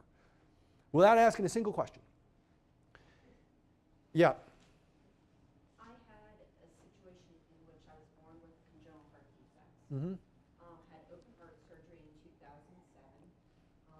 With the sterotomy and with everything else involved, one of my biggest concerns was pain threshold afterwards. And I went through medications with them. They weren't even going to go through any medications, and I said, here's some ones that I don't want to be on. I didn't know what Dilaudid even was at the time, so that's what they put me on, and they set it as a schedule and never said when to come off of it. Mm-hmm. So weeks later, it became a problem. I didn't understand my symptoms. And then getting off of it was as big of a problem. And I'm now the national spokesperson for Women Heart and actually talk on medications and still find today that cardiologists don't address what are the alternative medications, what are the options, what are the post-procedure options, and what is the process for getting off the medication. That's one of the complications also. So it's so awesome to have two people with totally opposite type stories, where one doctor was almost paranoid of starting anything to the point that pain won't kill you despite being in a life-threatening accident, and another doctor who says, oh, we'll skip over that weak morphine stuff and go straight to Dilaudid and not talk at all about a plan for getting you off it. So obviously doctors are all over the place with this stuff, right? Neither extreme is great. I mean, one could argue that your doctor was a bit extreme. It's great that nothing, your son didn't develop a problem. Not to say that he would have if he was on the medicine, but so obviously these are extremes. So it's nice to hear personal stories of two completely opposite sides of the doctor spectrum. This talk is designed to help people understand that there's a middle ground that we can help our patients. Yeah. Are you going to touch on medical marijuana somewhere? So not so much on marijuana, but we can talk about it at the end if we have some time. Yeah. I have a friend who he's 39, he was 10 years in recovery. Mm-hmm. He had appendicitis. Uh-huh. He's in the emergency room. He's refusing Uh-huh. medication. Uh-huh. We convinced him, yes, you need to take, when you're going into surgery, you need it. Mm-hmm. And then when they gave him the stuff, afterwards he said, he was upset. He didn't get high off of it. Right. All it did was take care of the pain. Right. But as a recovering person, Yep. he was very paranoid of them prescribing it. But he said, at certain, if you have appendicitis and they're going to operate on you, you need medication. Right. And he came through it fine, but that was his, he was upset that it didn't get him a buzz. Well, But, so but he said right. it did work. So these are right. Lessons. So this is why we have to talk to our patients, right? We have to know that our patients are in recovery for an opiate problem before we give them morphine. But there's also a difference between prescribing a medicine, which is giving a prescription to take home and fill at a pharmacy, versus ordering a medicine in the hospital or emergency room for something now. So if someone is going into surgery and they're about to get a major surgery on their abdomen that clearly will be painful, giving someone a pain medicine, again, is like being a human, because it's going to be tough.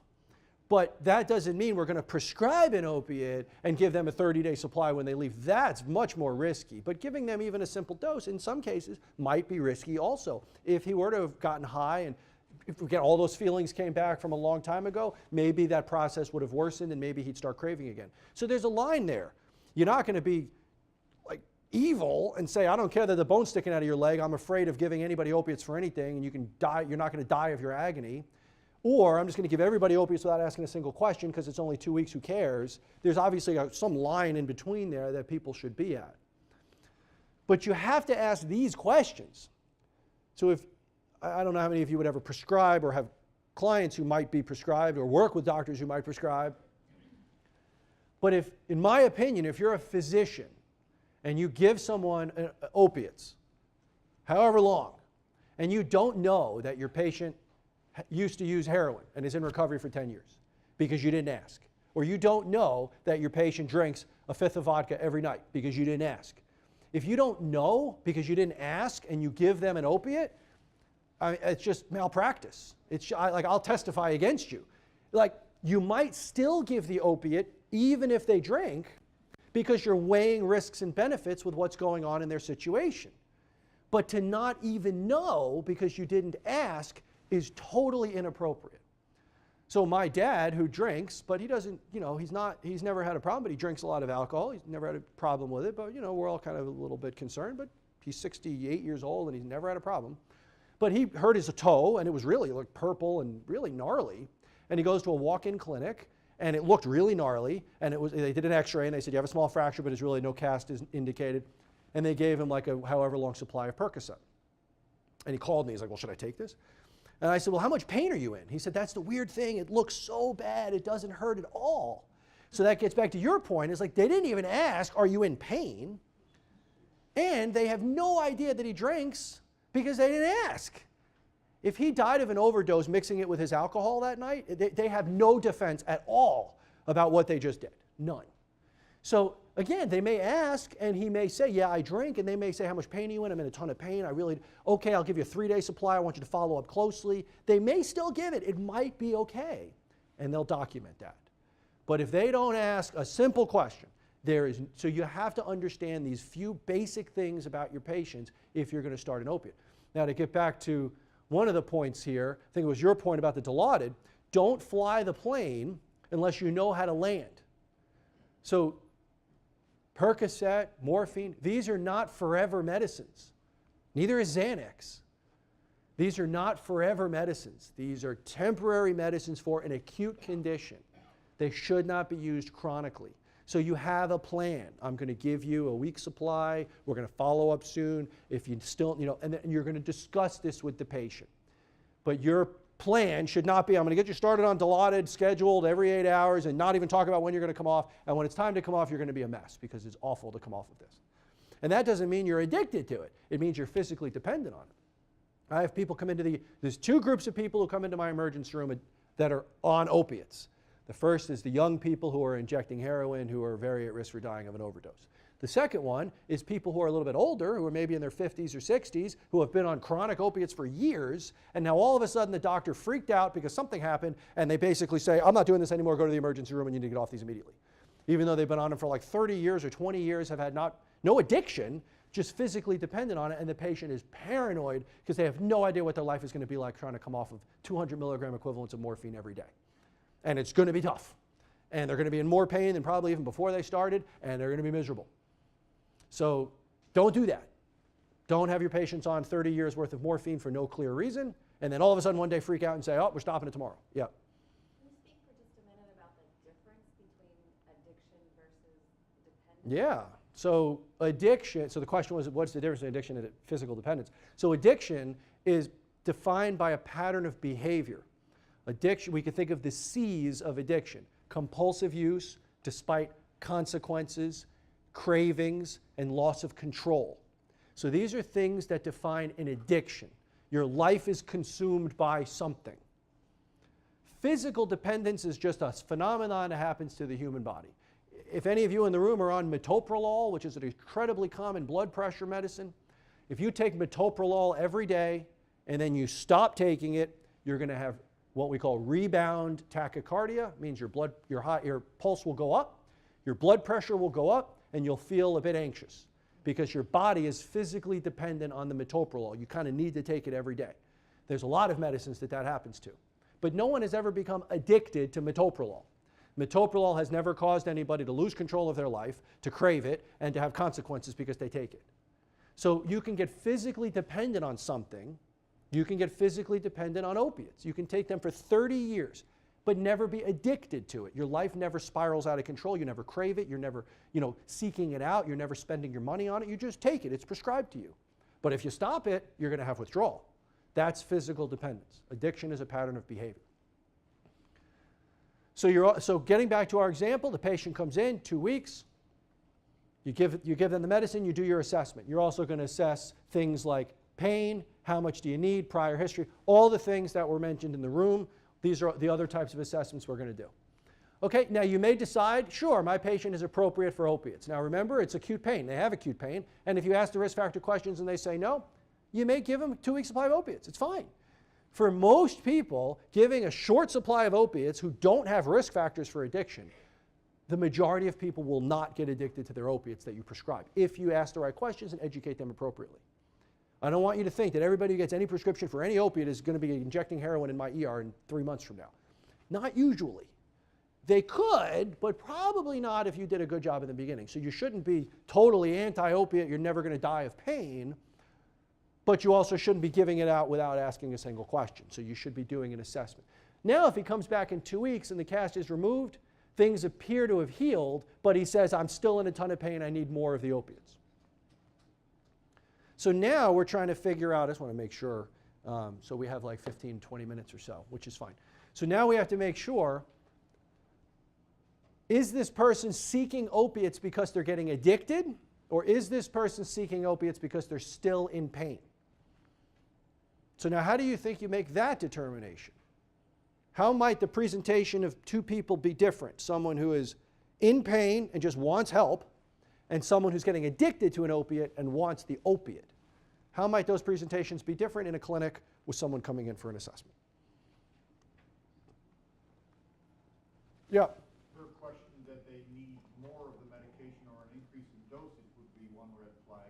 Okay. The other one is an increase of their pain is now more painful than it was. Okay. It was supposed to be less painful than it was.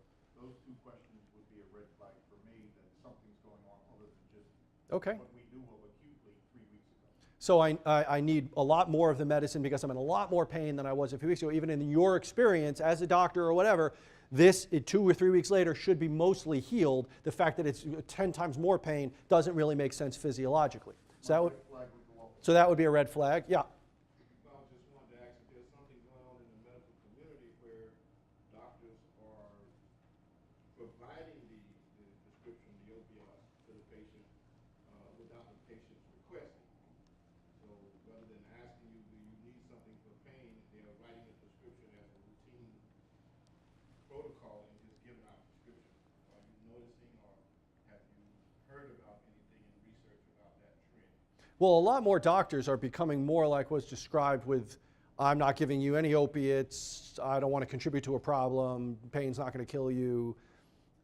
I don't do that, right? I don't do that anymore. Versus, less, I would say, but still, especially in emergency rooms, people, emergency room doctors want patients out of the emergency room. That's just how we think. I'm an emergency room doctor. It's sort of how we think. And if all I have to do is give you a few days supply or a week supply of opiates to get you out of the ER, you're not going to die, everything will be fine, whatever, I'll just do it. So there's still a lot of doctors like that, but there's also a lot of doctors that now are saying, well, it's my policy, I don't give any opiates to anybody no matter what, which, that's not really good either. So there's sort of, yeah. Did you want to say something also? I was just going to say, now that the pain is no longer the fifth vital sign, their doctors are not as concerned about releasing the patient because they might be in pain and complain about the hospital. So hopefully that trend. Right. So there's a lot involved. One of my good friends is a medical emergency room attending in Florida, and he said that 15% of his salary was going to be tied to patient satisfaction scores in an emergency room. And his quote was, "This place just became Dilaudid Central." Because that's what everybody wants. It doesn't matter what's going on. I'm going to get everybody Dilaudid. They're all going to love me, and I'll get my full paycheck next year. So obviously that's not good, right? So there's a lot involved with all of this. Yeah. I think one of the pieces is educating our clients as to, what are their options? And a piece that's been missing, whether it's one extreme or another, is, what is it that might assist you? What is it that are your primary concerns? Asking more questions. Absolutely. So that's what we'll get into with this, is discussing some of those other things. I got to be aware of time, and I do have a few points at the end that I really want you to hear. So I'll just briefly go through some of these. Normally I ask a lot of questions, but since you guys are all asking great questions, so this is awesome. So what I'll say is, for this, you want to assess the red flags that someone, like what you said, the red flags for someone is developing an opiate use disorder versus someone is in pain and needs more pain medicine. Someone who's developing an opiate use disorder may do some of these things. They may be angry or hostile with you. You're not listening to me. I need my Dilaudid right now. You don't care. You're not a good doctor. They may be preoccupied with a specific thing. I need Dilaudid 8 milligrams, TID. That's the only thing that helps me. They may be allergic to Tylenol, allergic to Motrin, allergic to physical therapy, right? They're allergic to everything. They're unwilling to try alternatives. That stuff doesn't work for me. That's ridiculous. Then you have, so these are some things that they may say. Patients rarely come in and threaten their doctor for their lisinopril, right? When was the last time a patient ever came in and said, if you don't give me my lisinopril, I'm going to kill you? But they say that for their opiates because they're addicted to their opiates, and the reward system is telling that cortex, do whatever you need to do to get it. You have objective findings. So as was mentioned, maybe they're taking too much, they're running out early. Maybe they visited other emergency rooms. Maybe their pain is out of proportion to what you would expect. It's been a few weeks, the x-ray looks good. Why are you still limping around the office? It doesn't make any sense to me clinically why you're still acting like this. And then there are some objective screening tools that you might do also, but usually these things present themselves in a way that you can kind of figure it out. I gave grand rounds to the Department of Podiatry, and I gave a similar talk, and all the attendings came up to me after the talk and said, what should we do when patients threaten us for opiates? Because podiatrists do foot procedures, and then they write a short-term supply, and then sometimes the patient, they just continue it, and they said, what should we do if we're threatened? And I said, well, what do you do? And they said, we just give it. We have real patients in the waiting room with real problems, and I don't want to spend my day arguing with some guy who's addicted to opiates. It's easy for me to give it. They leave, they're happy. I'll see them in a month. Maybe they won't show up, and I'll deal with it later. Obviously, it's not good, but it's really difficult to confront people and have arguments in your clinic when you have a room full of people waiting to see you. So how do people progress to heroin? So we have a significant number of people who eventually wind up with IV heroin. Now, how does that happen? All right. So 80% of people who have a heroin problem started with a prescription. So 80% with a heroin problem started with a prescription. That's not 80% of prescriptions lead to heroin. It's not that way. So the vast majority of prescriptions do not lead to heroin. But 80% of people on heroin started with a prescription. Yeah. A prescription prescribed for them. Yes. A prescription prescribed for them. And then another percentage started with a prescription from a family or friend. But the vast majority start with a prescription that they get, and usually it's innocent. Sometimes the doctor doesn't ask the right questions, but usually it's innocent. 20%, there's a smaller percentage who just start with heroin, but it's very uncommon. The vast majority started with some prescription. So if you take all the people who start with a prescription of an opiate and you say to them, here is a 2-week supply of Percocet, and meanwhile, let's just say they don't have risk factors, because not everybody needs to have risk factors to develop an addiction. Here's a 2-week supply of Percocet. Here you go, and I'll see you back in 6 months and you'll be injecting heroin. How many of them do you think would believe you? Zero. It's impossible. That would never happen to me. I don't like needles. I've never broken a law. I'm going to buy heroin. I don't even know what that means. That would never happen to me. But there's a percentage of people who it happens to, and it's not insignificant. It's a good number.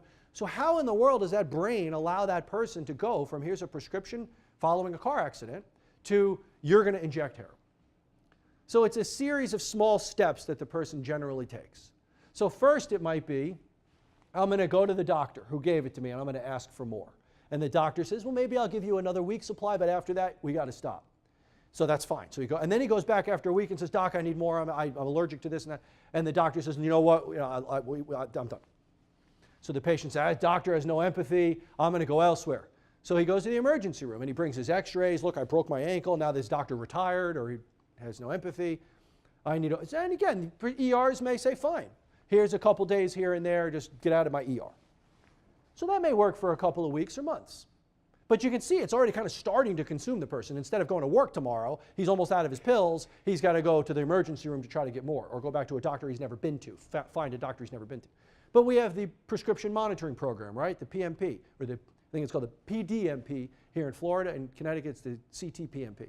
You can look up and say, oh, well, I noticed you got it from 5 different doctors in the past 2 weeks. I'm not giving you any opiates. So at some point, all this doctor shopping will catch up, but that's the first step for them. It's not that far of a leap to say, I need to go to a few other doctors. I'm not an addict. I'm not a junkie. I'm just someone who broke my ankle and the doctors won't help me. So I'm going to go to a few other doctors, find one who will. Then at some point, the doctors just give up. And the next step is they got to figure out a way to get the pills on their own. But again, they're not buying heroin, they're not buying drugs, they're not injecting. They're just a guy who broke their ankle who needs help, and the doctors are not willing to prescribe because they're all rude. So I'm going to figure out a way to get them. So maybe I'll ask my friends. Maybe I'll go to the internet and look up Canadian pharmacies and just kind of buy them online. Maybe one of my friends knows where I can get some locally. That's kind of a leap. For a law-abiding citizen to now say I'm going to buy pills on the street or on a Canadian pharmacy or start asking friends or colleagues. But if they don't get them, now they're probably at a point where they're having withdrawal and they're feeling miserable, but they're not a junkie, they're not an addict, they're not someone addicted to drugs, they need a medication for a broken ankle that they're still in pain. So I'm going to start buying the pills on the street, or I'm going to start buying them from the Canadian pharmacy. Any idea how much a 30 milligram oxy is on the street? $30. So it's $1 a milligram. That is a lot of money. Even for all of us in this room who have jobs, who probably earn a decent living, if I gave you a $150 a day new bill that you had to pay, you might not swing that for very long. A day, right? Someone said, ask for a raise. Right, so it's very expensive. So then people have to decide what to do. I'm buying these Percocets on the street. I'm spending my life savings. And this is where there may be a decision point now. Some people say, I'm never going to use heroin. So I'll go rob from 7-Eleven because I need to buy my pills. But I'm never going to use heroin because that is something I promised I would never do. But I'm okay stealing. Some people say I would never break the law, like at least not stealing and stuff, or I don't want to lie to my parents and steal their money. So I'll switch to heroin because I can afford that because it's a lot cheaper.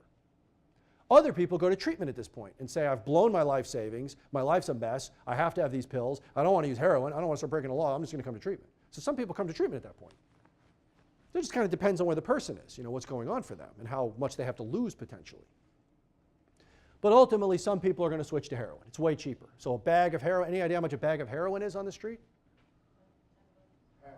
Yeah, it's less than half usually. So if you buy them in bundles, which is like, a bundle of 10 bags, you can maybe get a bundle for like $50 or something, which is going to be, and a bundle is approximately equivalent to maybe a pill or two. It just depends on the potency and how much fentanyl's in it and things like that. But, you're talking about still money.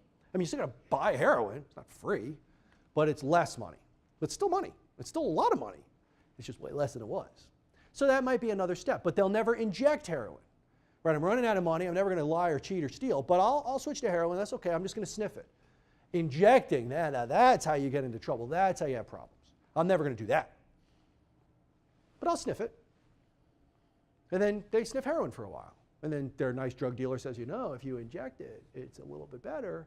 And your withdrawals will go away like that. And you'll get more bang for your buck. And it gets into your bloodstream better. But don't share needles, because that is how you get in trouble. That's how you get HIV and all these others. So don't do any of that. Just use it. Just go to the pharmacist. Tell them you're a diabetic. You need needles. They'll give you free needles. And I'll show you how to do it. Okay, fine. I'll try it once. And then they forget their needle one day, and their friend Steve has a needle. Oh, come on, we're good. We're clean. We can share. It's small lines in the sand that get drawn and stepped over, drawn and stepped over. And that's how people gradually progress. And if you talk to clients who have a heroin problem, ask them. It's fascinating. They'll all tell you a similar story. I mean, the vast majority of people follow that story that I talk to. And I also always ask, do you know anybody who's died of an overdose? One person has said no. Everybody else has said yes. I know multiple people who have died of an overdose. I always ask that question too. That gets into the prognosis of opiate use disorder. This was a 30-year study. They followed people for 30 years. This was an older study, and the people had opiate use disorder at the beginning, and the average age was 25. 25. 30 years later, 48% were dead, and probably more. And of those who were alive, 22% were abstinent. That doesn't mean their life was good. It doesn't mean they were abstinent the entire study. It means they were abstinent at the 30-year mark only. 2% were using still, 6% were on methadone, 7% were still using daily, and 4% were in jail. So you have probably 60% who are either dead or in jail, that's why they don't know where they are. And then you have a smaller percentage who are okay, or at least alive, and then you have 22% abstinent, which doesn't mean they're doing well. So the point of this is that if someone is 25 with an opiate use, and this doesn't mean they're injecting or anything like that, it just means they have opiate use. If someone is 25 with an opiate use disorder, 30 years later when they're 55, there's a pretty good chance they'll be dead or in jail, and if they're alive, a pretty good chance they'll still be using and their life will be going terribly well. That's a horrible prognosis considering there aren't that many diseases these days that 25-year-olds get that have 50% mortality rates beyond the age of 55. There's just not many. There's just not many. It's a very bad illness. But there's things that I see all the time that you might see that make people way higher risk of imminent death. And these risky behaviors would be IV use at all, because not everybody goes all the way down that road. That's the kind of the end stage of addiction for opiates. Injection, mixing particularly with benzos or alcohol, because these things magnify the effects of each other with the opiates and lead to death. Or if they've been previously resuscitated with Narcan, meaning they've already essentially died once and their life had to be saved. If I see someone, particularly with the third one, when I see them in my emergency room, in my mind, I am the last doctor they will see alive. And I will do and say anything that I can do or say to get them into treatment immediately, because they're dying imminently. And I have people who have died, who I was sitting, and I tell them all the same thing. You're sitting in that chair today, I'm sitting in this chair today, and there are multiple people who sat in that chair in the last year who are now dead. And you could be next. And, oh, well, it never happened to me. Right? So we have the same type of conversation because that's how serious it is when someone has one of these three behaviors. If you deal with clients, patients who have any of these things, it's as serious as anything else in medicine. They are dying of an addiction. And we need to do whatever we can do, convince them, however we need to convince them, to get into treatment. Not to stop using it, to get into treatment. So this is very important to understand. So what are some harm reduction strategies? Don't pick up where you left off. In other words, if you get sober for a period of time, you inject 10 bags of heroin every day. Now you're sober. Don't pick up and inject 10 bags of heroin if you relapse. These are harm reduction. So you're educating them. Look, I don't want you to relapse. But if you do, don't go back to what you used to do. You'll die. Instead, go low and slow. Okay? Know your supply. Always buy from the same person. Go low and slow. Don't mix with alcohol or benzos. Don't use alone, because if you use too much, there's no one around, they won't be able to help you. And have an Narcan kit always available with someone who knows how to use it. Okay? I want to make one more point about this slide, and then we'll pretty much wrap up. You know, I tell this to the students all the time. You know, if I'm your attending and I tell you to go into the room and you're going to see Mr. Smith, who is a 25-year-old gentleman who has some weird medical problem who might die in the next year, how would you feel before you go into the room? Let's say he has cancer. Let's say he's 25-year-old, he was diagnosed with some cancer, and he might die in the next year. How do you feel when you go into that room? And most of the medical students are about 25. It's like awful, right? They're so sad, it's awful, like I wanted to get so unlucky, whatever. But when I tell them, like, oh, go see Mr. Smith in the ER all the time, like he's got a heroin problem, he was Narcan last week, I tell them, whatever you think now, I want you to think the same way that you would think about the guy with cancer. Because this guy, who's 25 years old, who served our country, who's now basically homeless, who's lost his family, who's injecting heroin every day, he's probably going to die soon without intense treatment. That's the nature of it. And I hope that you have some empathy when you go into that room the way you might if you were dying of any other problem. Because nobody wanted any of those problems. Okay, so one or two other points. Maintenance therapy is very important. So we're talking about buprenorphine. This is a study where they looked at people who detox alone and maintenance. And you can see the detox alone group by day 50, every single person that dropped out of treatment versus the maintenance group where they put people on view, almost 15 of the 20 were still in treatment. And of this group, several people died of an overdose just in the year study. Very important to have people on maintenance medications, whether it's methadone, Suboxone, or now they're showing more Vivitrol is really good as well. So that's what medication-assisted treatment is all about. And I teach the buprenorphine course, which is like, I could talk for 4 hours on just buprenorphine, which that's not the point today. The point today is you just understand how serious, so a little bit about the historical background of opiate use disorder, the serious nature of opiate use disorder, and then know a little bit about how people progress to heroin, and then know a little bit about how bad it is when someone develops a problem and how aggressive we need to be to get them into some kind of treatment. Medication-assisted treatment improves survival, improves a lot of things. So please know a little bit about that. So that's sort of the summary, and that is it. So it's close to 11. I rushed a little bit at the end because I wanted to make sure you had time during the talk to ask questions and have us interact and stuff. So anything else? Yeah. So if they go on methadone or Suboxone, how long should that be? How do they get off that? Is that Yeah, I mean, the so other thing? I can talk forever about these things, right? So, if someone is, so first of all, methadone, so there's a lot of addictions. Opiate use disorder is really the primary addiction that medications are shown to be very effective. For alcohol use, the medications are okay. They're much better if you use them in conjunction with psychosocial treatment, but they're not wonderful. They're okay. Primary treatment for all other addictions are really still a psychosocial program. But for opiates, it's showing more and more that medication should be the primary treatment. Even if someone refuses to go to meetings, if they refuse to go to any kind of therapy, but you get them on Suboxone or methadone, you're going to improve their survival significantly. But then, so that's very important to understand. Then the question is, well, what do you do with that? How long do you keep them? So, that's not a conversation you have initially. In my mind, if someone is injecting or someone has a serious opiate problem, getting them on maintenance medication is life-saving. And keeping them on maintenance medication is life-saving. Then you have discussions with them about risks and benefits. You've been sober for 2 years. You go to 7 meetings a week. You have a sponsor. You're working the steps. Are you having problems with your Suboxone? Are you having side effects? Is there a reason you want to come off it? Maybe it is appropriate. They've been on it for a couple of years. They're heavily invested in recovery. They're not having any problems. Their life is going well. Maybe it's a good time to talk to them about it. Maybe not. Maybe they're having no side effects and no problems. Why do you want to come off it? You're doing wonderful. Why are we messing with that? So you can make the argument either way. The most important thing is, what are they doing in addition to Suboxone or methadone if you're thinking about taking them off it? Because if they are not involved in a recovery program, they are not going to meetings, they have no other form of treatment, then really that medication is what's keeping them sober. And if you take that away, you're taking away what's keeping them sober. But if they are heavily invested in other things, then taking that one thing away, while not great, they have these other things to fall back on. But there's no like 1 year, 2 years, 5 years, 10 years. It's not really that. It's as long as possible, as long as they're not having problems with it, as long as they're doing well, and as long as they're willing, having the discussion when they want to come off about why and what else are they doing to stay sober when the time comes.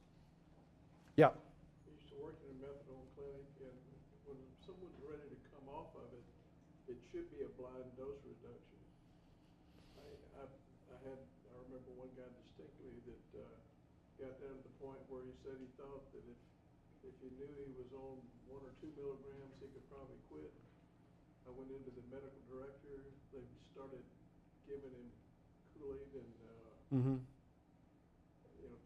take home or whatever, and he went 2 weeks and didn't know he wasn't on it anymore. Yeah. So the comment is about like blind dose reductions, meaning you don't tell the patient how much they're on. There's some ethical things with that, right? I mean, the patient has to agree to that and all that, because you're giving them something or not giving them something they don't know. It's not research, so you can't say, well, this is a research study that, but also, right, he agreed to it. So it may be helpful, right? It may be that if the patient knows he's coming from 10 to 80 to 70 to say he's going to say, well, I need more than that. I don't know what I'm going to do. I'm going to freak out. Whereas if he does, right? So different methadone clinics have different strategies as to how to address that. In general, going from 100 to 90 to 80 to 70 is easy, but going from like 10 to 5 to 0 is impossible. It's the same with Suboxone. Going from 16 to 8 to 4 is fine, but when you get from 4 to 2 to half and 1, people freak out. When you get to like 1 1/2, that's just, whoa.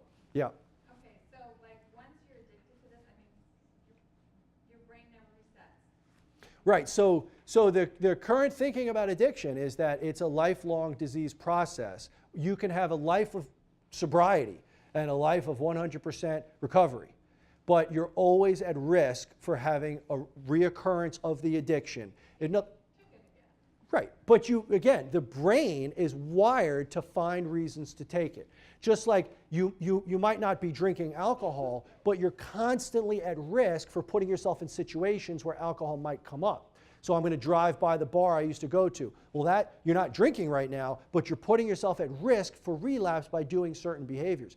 So it's not about taking the substance away. The brain is wired differently once the addiction develops. And that's why it's critical to be really involved in a program of recovery.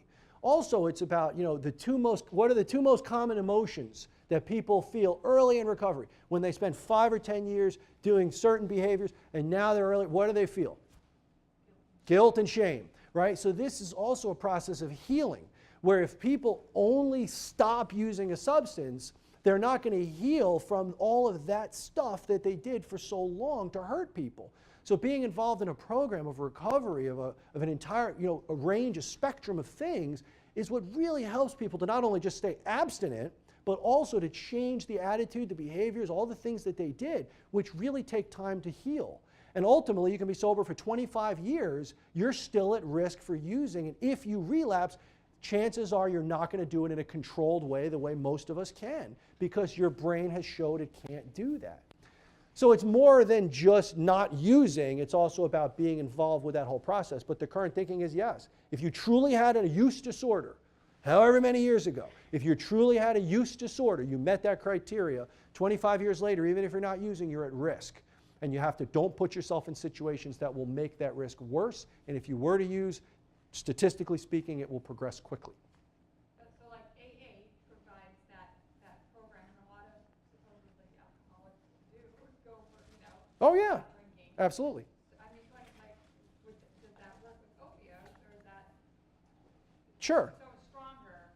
People, so less people stay sober for a long period of time with opiates than with alcohol. And also because these medications, at least buprenorphine is fairly new. I mean, fairly new meaning it came out really in the early 2000s. So it's fairly new. So we don't really have long-term data, for example, of people on buprenorphine because it's only less than 20 years old. AA's been around for a long time. Methadone's been around for a while. But yes, it's more powerful and people are at higher risk if they have a history of an opiate addiction. So my thinking is if Vivitrol, which is incredibly benign, Vivitrol is now really showing to be as effective as buprenorphine once you get the person on it. That's incredibly benign. It has very few problems with it. So why take the person off of it if it's helping them to stay sober and they have a demonstrated history of a severe opiate use disorder? Just like if someone has high blood pressure, you sort of accept the fact that they might need to take this medication for the rest of their life. You don't really question it. It's not really, maybe you can diet and exercise and come down off medicine, but at some point, when you're on your third antihypertensive, you're on lisinopril and hydrochlorothiazide and amlodipine, you're probably not going to be off those medicines for the rest of your life. We shouldn't treat addiction that much different than that. We shouldn't, as soon as I start bupe, I'm thinking about when I'm getting off it. You generally don't do that for other things. I don't think to myself, the moment I get started on my lisinopril for high blood pressure, the first thing on my mind is, holy cow, when am I getting off of this thing? It's, wow, I have high blood pressure. I guess I have to change my lifestyle now to accept the fact I'm going to be on a medicine for a while. It's sort of how it should be viewed, particularly with opiates, when the medications are so effective for opiates. Maybe different with alcohol, where naltrexone is okay, but it's certainly not as life-saving as methadone or Suboxone, but it's still good. But I may be much more likely to say, okay, you want to come off the naltrexone, that's fine, but you got to be involved with recovery. Versus opiates, I'm going to be much firmer and say, why do you want to come off this medicine? What's going on? Is it really causing you problems? This is keeping you sober. It's helping you. You need to really justify to me why I'm going to take you off a medicine that's potentially keeping you alive and not causing you problems. If that makes sense. Any other questions? Okay, thank you guys so much.